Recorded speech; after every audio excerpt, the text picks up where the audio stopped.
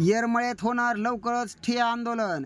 अनेक सामाजिक कार्यकर्ते, अनेक पक्षाचे पदाधिकारी व अनेक गावकरी होणार सहभागी। येरमळा ग्रामपंचायतला दिले निवेदन।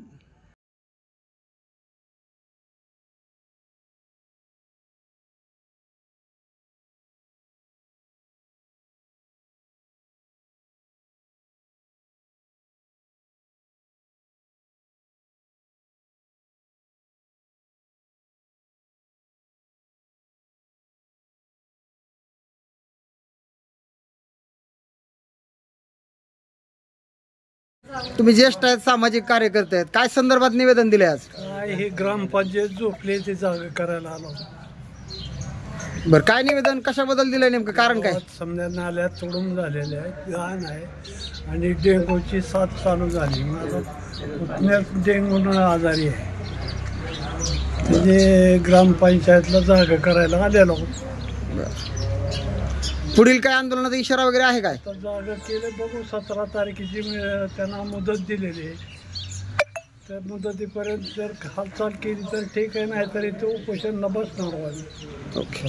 मी मारुती गैनाथ बारकुल, शिवसेना उभाटाचे शहराध्यक्ष या नात्याने गावातले जो गावकारभारी आहे त्यांना माझं एवढंच आव्हान आहे की सध्या पावसाळ्याचे दिवस असल्यामुळे आपल्या गावातील सर्वसामान्य नागरिकांची मुली जो जिल्हा परिषद प्राथमिक शाळेकडे जाणारा रस्ता तो पूर्णपणे पाण्याने भरलेला असल्याने तिथं पाण्याला टच जायला वाट नसल्यामुळे त्या पाण्याची सोय करावी व लहान लहान लेकरांच्या रोगराईपासून त्यांचा बचाव करावा आणि तुंबलेल्या नाल्या ह्या जर साफ केल्या तर ते पाणी निघण्याला वाट मिळेल आणि जो गावातला पिण्याचा पाण्याचा प्रश्न जो आहे तो सध्याला पाणी घाण येते, ते अक्षरशः पिवळे जरद पाणी दिसते आणि पिताना त्याचा वाससुद्धा येतो।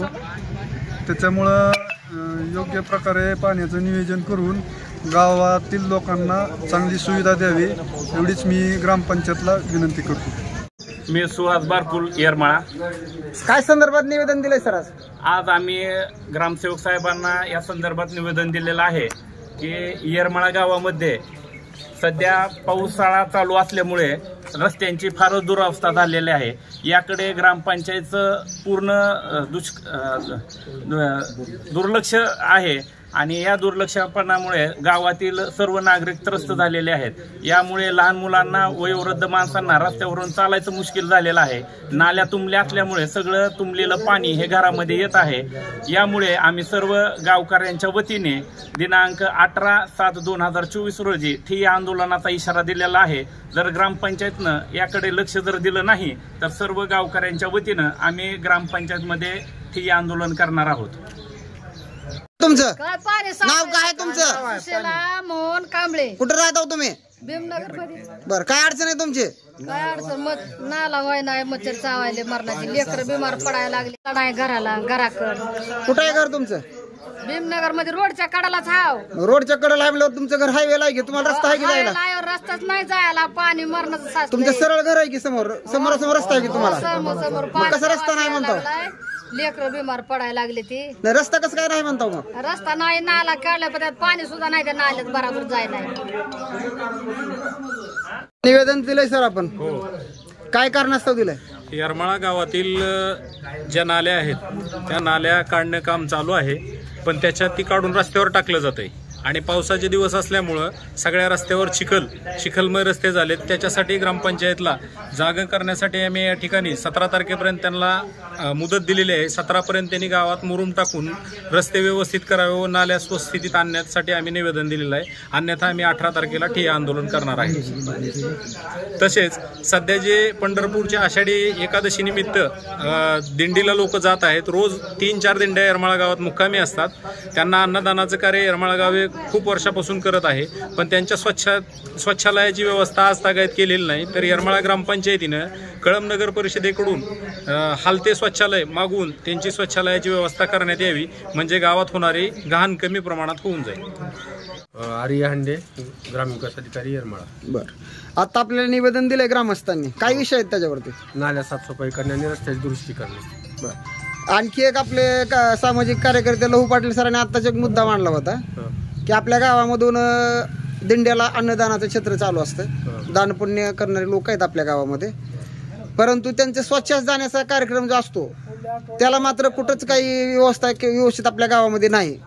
तर आपण कळंबमधून जे आपले वरिष्ठ आहेत त्यांच्याशी बोलून काही फिरत्या संडाची व्यवस्था होऊ शकते का, त्याबद्दल त्यांनी वक्तव्य केलं होतं, त्याबद्दल तुम्ही काय म्हणणार? चौकशी करून तुम्हाला कळवतो.